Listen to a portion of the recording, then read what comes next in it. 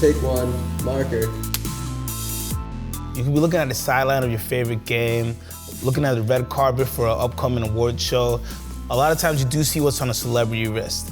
Now, a lot of times it's their favorite watch, but sometimes it's actually a watch of a brand that they partnered up with or they're doing some kind of special project with.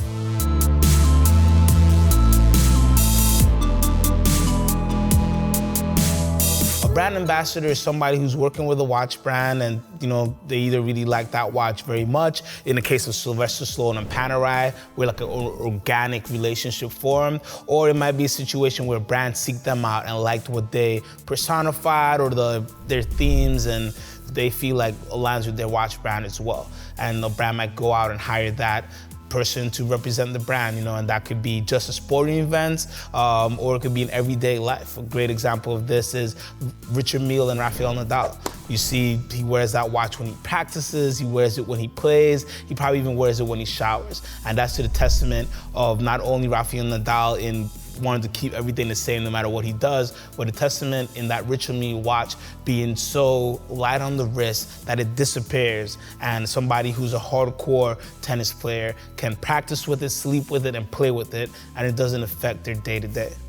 Even a decade after Sylvester Stallone and Panerai first teamed up, you saw Panerai featured very heavily throughout the Expendables movies in a natural way. It was very believable seeing mercenaries who were doing all type of crazy activities wearing Panerais. Their watch that could do anything, that could stand up to every type of feat. You could probably block a bullet with it, who knows? But it was a natural, organic situation where watching that movie or seeing Sylvester Stallone or Arnold Schwarzenegger wearing a Panerai just kind of made sense, and it just felt like it worked. Another great example of brand ambassadors, especially leaning on the sports side, would have to be Rolex. Rolex partners up with Roger Federer on the tennis side, and for a long time, they worked with Tiger Woods on the golf side. This was really interesting because it gave two different types of sports, but two interesting characters that you could see wearing many different Rolex models. Of course, every time they won a match or held up a trophy, you saw a Rolex watch on them. But again, the brand just seemed like it fits those two individuals. You could see Federer or Tiger Woods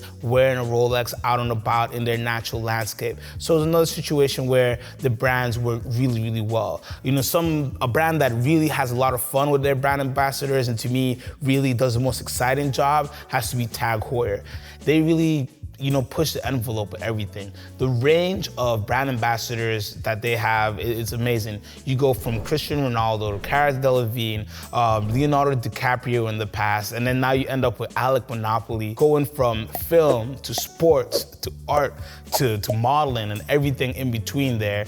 TAG Heuer and Jean-Claude Biver really feels the industry. And because they have so many different collections of models, they know how to pair those up with the right brand ambassadors. DiCaprio did the Alcoracia line, Cara Delevingne does the ladies, Carreras, Formula One with David Guetta, so many fun watches. And then you put Alec Monopoly, who just gives you that twist of luxury, fun, energy, and youth, which is what TAG Heuer is. Another great example of classic brand ambassadorship would definitely have to be Breitling and John Travolta.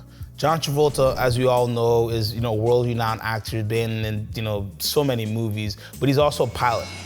And that was a cool interaction there between Breitling and John Travolta, because you had somebody who was a famous celebrity, but somebody who was, not only a pilot, I say that lightly, but somebody who really, really loves to fly. Loves to fly so much that on his property, he has an airstrip.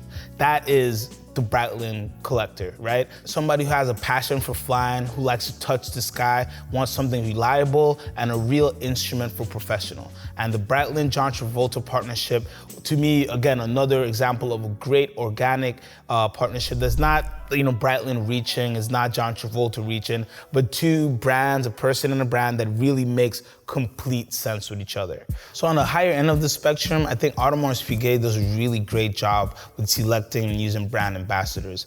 Most notably would have to be Arnold Schwarzenegger.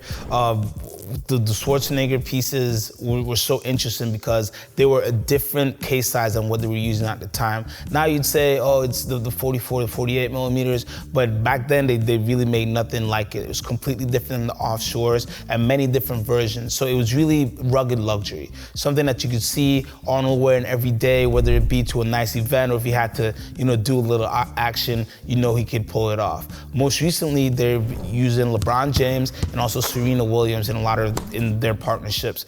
Again, showing that luxury, rugged, sporty lifestyle that one can expect with Audemars Piguet, having some fun, doing what they gotta do, but still being able to put on something nice and put on the suit and, go into a nice dinner or a nice event or something like that. Really showing that luxury has a place in all realms and all facets of life, not just, in a button-up event.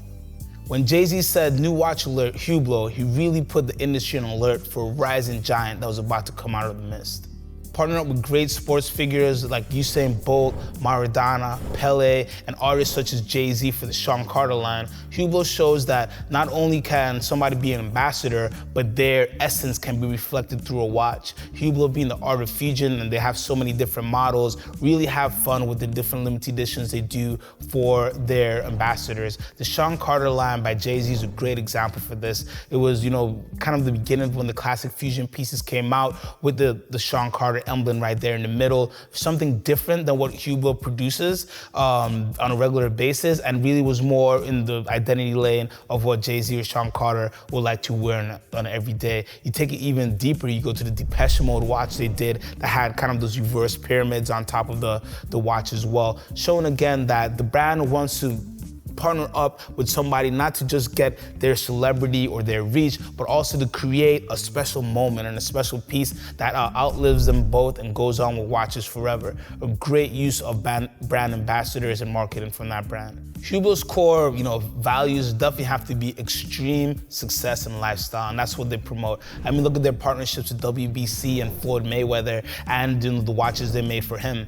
Really extreme watches, meant to awe, meant to shock, meant to make waves, and that's what Hublot does with its brand ambassadors. It's not ashamed of partnering up with people. It's not ashamed of making watches that not everybody can wear, because not everybody can step in the ring and go 48, 50 fights. Not everybody can get on the soccer pitch and do what Maradona does. Not everybody can do what Pele does. But the people who put on that Hublot know that if they want to, they can strive for anything. Now, when it comes to brand ambassadors, there's always a debate on whether they're effective or not.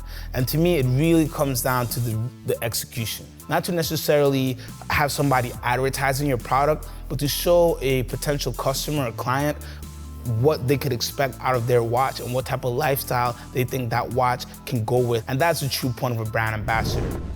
I'm CQ of Watchbox, and this is my take on brand ambassadors.